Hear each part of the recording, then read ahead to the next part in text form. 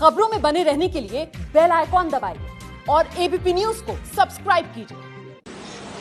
It has been an honor to have served as a member of this august house since 1991.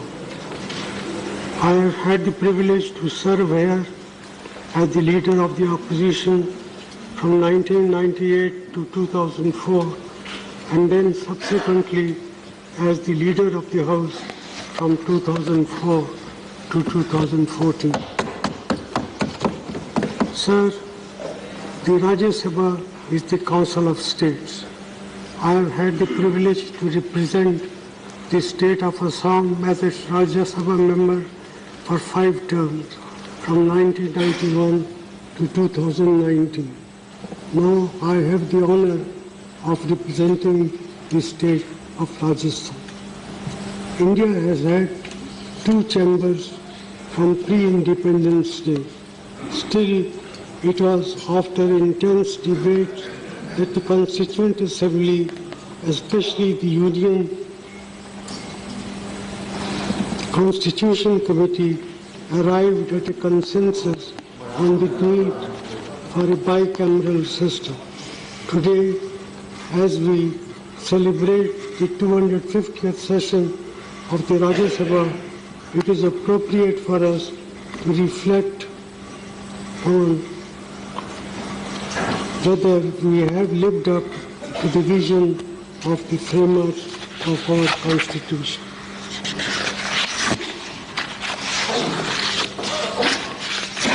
So, the task before us was spelled out by our first chairman, Dr. Radhakrishnan, during the very first session of this august house.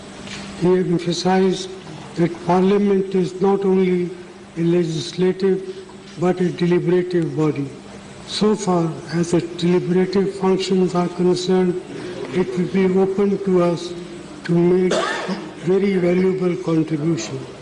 We should try to do everything in our power to justify to the public of this country that a second chamber is indeed essential to prevent hasty legislation. During the drafting of the Constitution, Shri Gopalaswamy Iyengar advanced 3 reasons why India needed a second chamber. He expected that the Rajya Sabha would A. hold dignified debates, B. delay legislation which might be the outcome of passions of the moment, and C.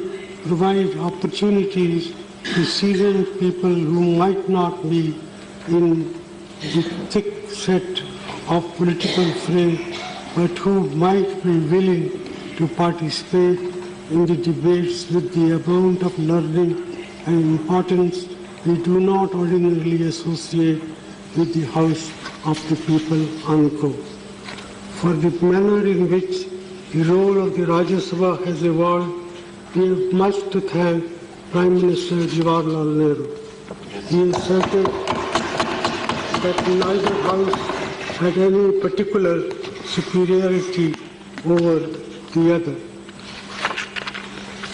He regarded the Rajya Sabha as an equal partner with Lok Sabha in the affairs of the state. But for his effort, the Rajya Sabha would have been reduced to a mere second or revising chamber and relegated to a secondary position in our parliamentary system. Pandit Nehru asserted, and I quote, "The successful working of our Constitution, as of any democratic structure, demands the closest cooperation between the 2 houses. They are, in fact, parts of the same structure, and any lack of that spirit of cooperation and accommodation would lead to difficulties and come in the way of proper functioning of our Constitution. It is therefore particularly to be regretted that any sense of conflict should arise between the 2 houses, unquote." Sir, as explained by Dr. B.R. Ambedkar in the Constituent Assembly, the Rajya Sabha represents a crucial component of the constitutional system of checks and balances. We normally think of checks and balances as operating in different branches of government. However, the Rajya Sabha has a central role to provide checks and balances to a majority government in the Lok Sabha, along with its other key role is to represent the interests of the states in our federal union. When there is criticism of Rajya Sabha, it is fundamentally a misunderstanding of these historic roles bestowed upon this august chamber. It is our duty to ensure that no laws is passed in haste and in an atmosphere of heightened emotion. That said, are there ways in which we can improve our functioning so that we come closer to the idealistic vision of our nation's founder, along with its other key role is to represent the interests of the states in our federal union. When there is criticism of Rajya Sabha, it is fundamentally a misunderstanding of these historic roles bestowed upon this august chamber. It is our duty to ensure that no laws is passed in haste and in an atmosphere of heightened emotion. That said, are there ways in which we can improve our functioning so that we come closer to the idealistic vision of our nation's founder? When it comes to deliberation, sir, we start with an advantage. The Rajya Sabha gets more time to deliberate in comparison to the Lok Sabha, since we are only half the size, and therefore members get more time to share their insights and criticism. But we can help our members perform even better through some procedural improvement. The House must get access to bill much earlier than is the case now. Members should get additional resources such as adequate research staff to allow them to study issues in more depth, and nominated members and those with special expertise in particular topics should be allotted more time for their speeches.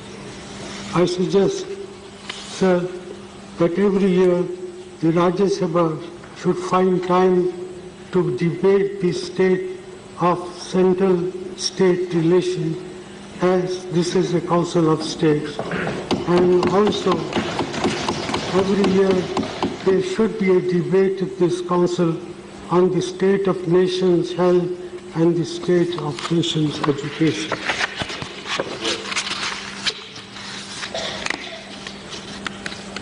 One recent innovation that has led to smoother functioning was introduced by our previous chairman, Shri Hamid Ansari. He saw that the House was losing valuable time when members wanted to adjourn question hour to raise issues of urgent national importance. He therefore switched the timing of 0 hour and question hour. The question hour was moved to 12 noon, while 0 hour was slotted at 11 a.m. Now members' desire to raise urgent issues is often accommodated as part of 0 hour, and question hour functions much more smoothly. Thus, MPs are now able to hold the government accountable in a full manner right now. But for our chamber to fully fulfill its deliberative function, it is important that we scrutinize bills more thoroughly in committees, where not only the members can apply their minds, but even experts and stakeholder opinions can also be solicited. In the 16th Lok Sabha, only 25% of the bills introduced were referred to committees, much lower than the 71% and 60% in the 15th and 14th Lok Sabha, respectively. I would assert that regardless of what the other house does, it is crucial for our house of what the other house does. It is crucial for, regardless of what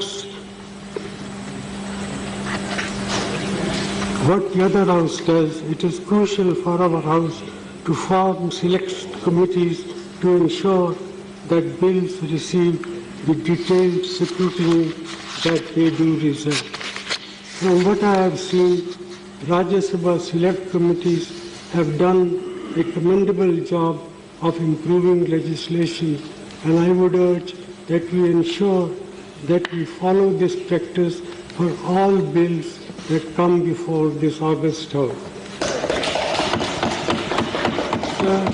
A crucial differentiating factor between the two houses is that Article 110 of the Constitution allows the Lok Sabha precedence in matters of the money bill.